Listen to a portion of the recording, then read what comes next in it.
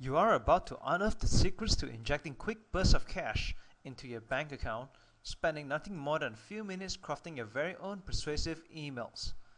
This is email marketing at its best, and very soon you will be joining the ranks of top direct response and online marketers.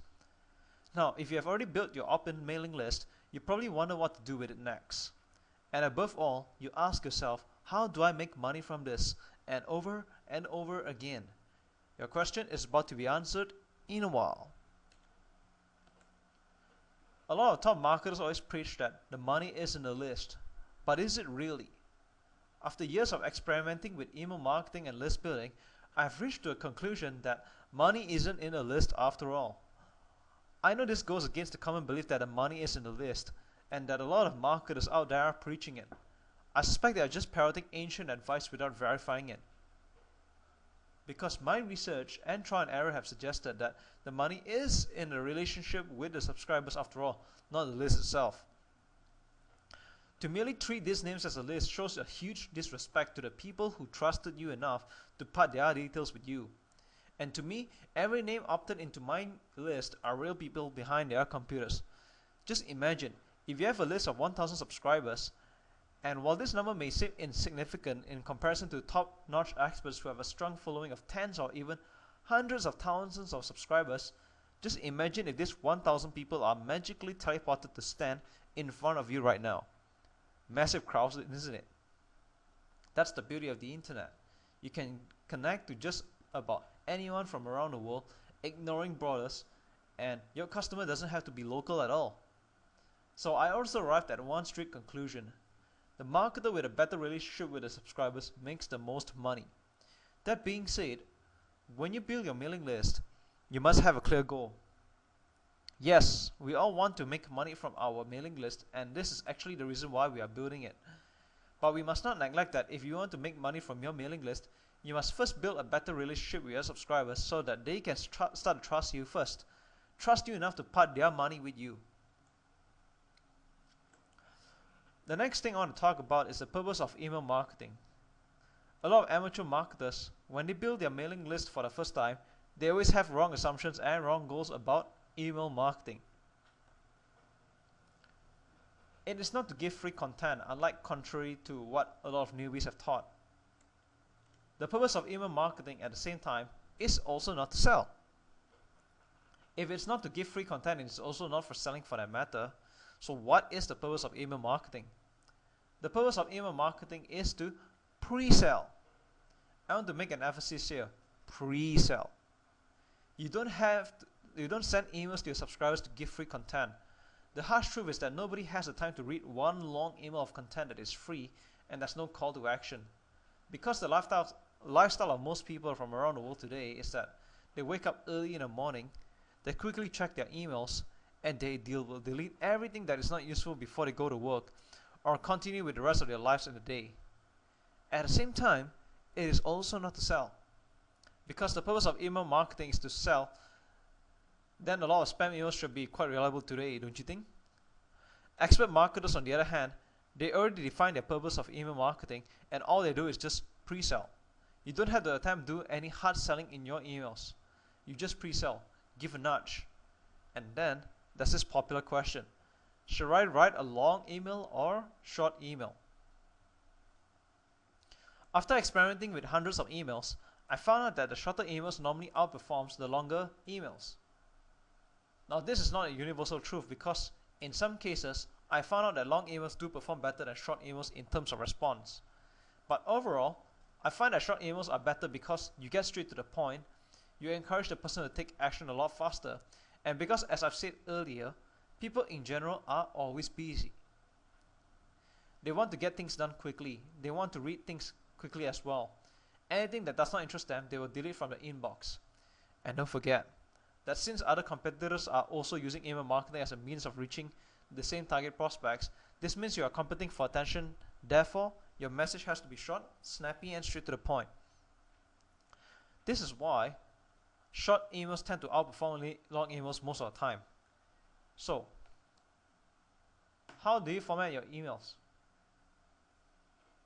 Now, if you're a direct response marketer, chances are you are going to be using text emails.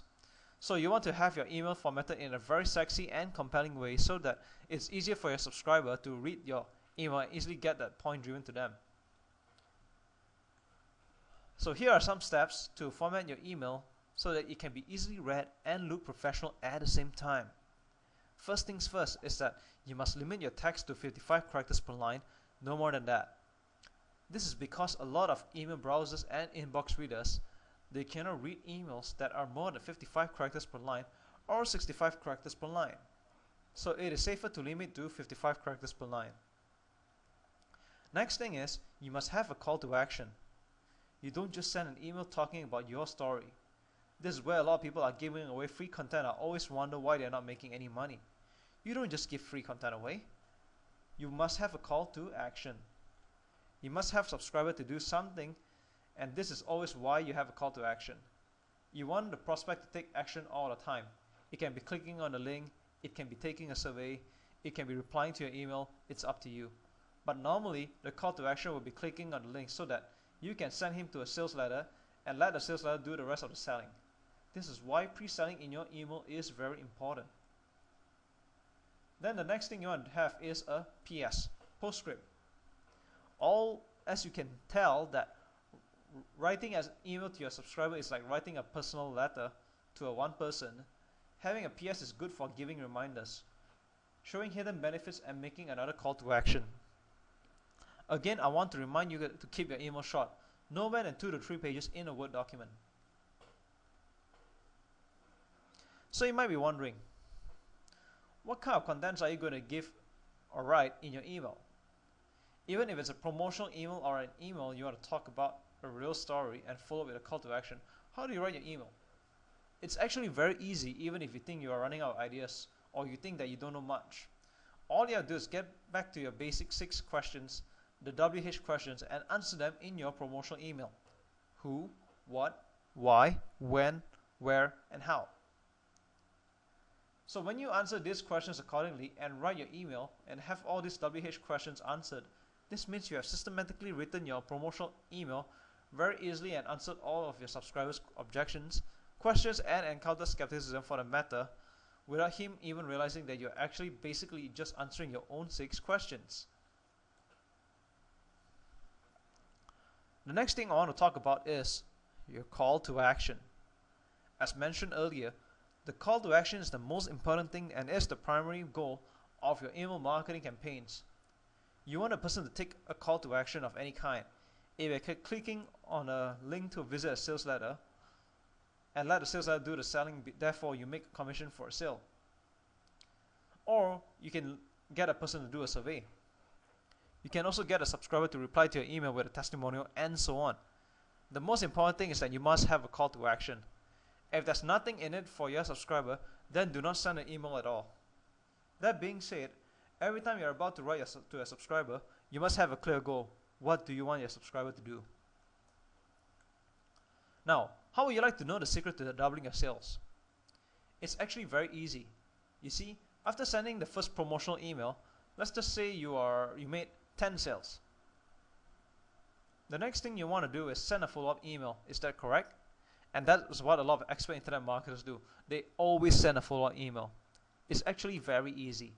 You don't have to make it very complicated. All you have to do is copy the same email you sent out, which was your first promotional email, and change the headline to something like, "Have you seen this yet? A gentle reminder. This is selling out fast." Or you can add the word RE in front of your initial email headline and send it all over again. The body of the email can remain the same as the first one. Maybe you can change the first paragraph to something like, "This is a gentle reminder," or "Have you seen this yet?" Something along those lines. And then you can just double your sales that way. Believe it or not, although this is oversimplified, this is how a lot of successful internet marketers are making twice the amount of money with very little effort. Actually, no effort at all. Easy, isn't it? Now, how would you like to know the secret to tripling your sales? Actually, this is just the same as what I was mentioning to you earlier. Just copy back the first email and send it again on the 3rd time. That's all there is to it. Now, here are 4 types of follow-up emails that you can send out besides your promotional email. You can send a reminder email and ask if your subscriber has seen this yet. Because some subscribers may have genuinely missed out your first email, they could be busy, they could have been away for a weekend, or for any reason they may have not seen your first email, it's good to send them a reminder and they will actually appreciate it. Frequently asked questions email where you can answer popular questions and counter objections. Unmentioned benefits that you have not covered in the previous emails at all. Maybe because it was too long and therefore you have saved it for the second email. Or target a different sub-niche altogether, or a different group of customers altogether. Last call email. This creates an urgency or scarcity factor, especially if your offer is genuinely running out of time or running out of copies of the product. This concludes the Email Marketing Secrets course.